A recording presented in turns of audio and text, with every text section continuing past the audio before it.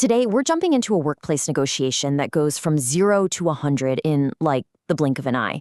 What kicks off as a pretty simple request for a raise spirals into an immediate firing. It's a fascinating look at power dynamics, perception, and, what happens when you decide to draw a line in the sand? So, we're dropping right into the middle of the action here. An employee, a guy named Vilu, is basically giving his boss an ultimatum. This isn't just a simple ask, it's a threat. He's ready to walk. So, you've got to wonder, right? How did a salary negotiation get to this point? To really understand the explosion, we've got to go back and find the spark. And well, it all started with a demand for more cash. Okay, the timing here is absolutely crucial. Velu literally got a raise just last month. But then this morning, he makes one good sale, and suddenly he feels completely invincible. He's convinced his value has shot through the roof, and he wants to get paid for it, like right now. He's demanding a second raise in almost no time at all. And here's his justification for it. In his mind, he isn't just an employee. He is the employee. He sees himself as the entire engine that keeps the business running, which is a really powerful and, as we're about to see, a very dangerous way to think. But the boss's reaction is not what Velu was expecting. Not at all. He doesn't even want to talk about the money. Instead, he hones in on one thing and one thing only, the ultimatum. And this is where the conversation just takes a hard left turn.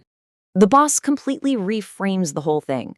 It stops being about a simple transaction, salary for work, and suddenly becomes this deeply personal thing about their history, about loyalty, and about the respect the boss feels he's not getting.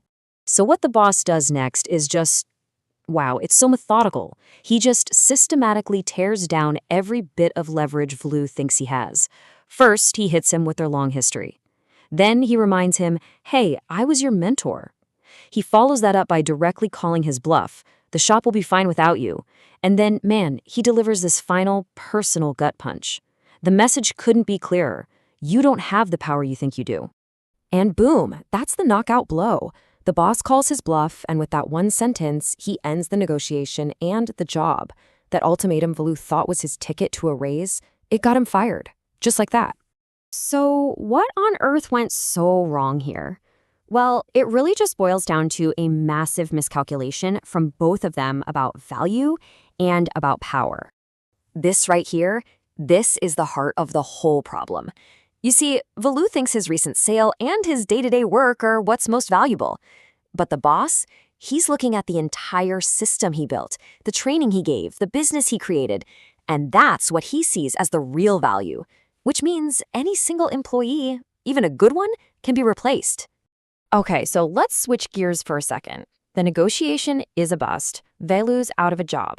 How is he processing this? What's going through his head after this dramatic turn of events? The second he's out the door, Velu gets on the phone, and this is where we get a really fascinating peek into his head, into how he's already starting to spin this story for himself and for whoever's on the other end of that call. And you gotta see what's happening here. It's this incredible psychological flip. There's no talk about his ultimatum or how the boss reacted to it. Nope. In his version, he's the hero who was wronged. It's a pretty powerful defense mechanism, and it's totally key to what happens next.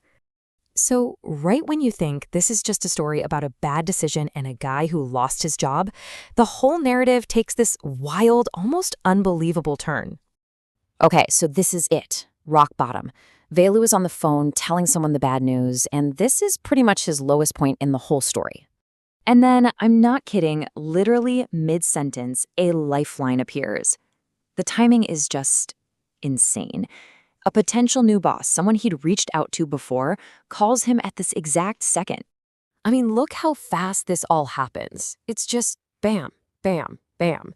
1 minute he's unemployed, and in the space of a single phone call, he's got a new job lined up, and he starts tomorrow. His entire situation just did a complete 180. And for Velu, this is everything. This incredible stroke of good fortune, it doesn't feel like luck to him. No way.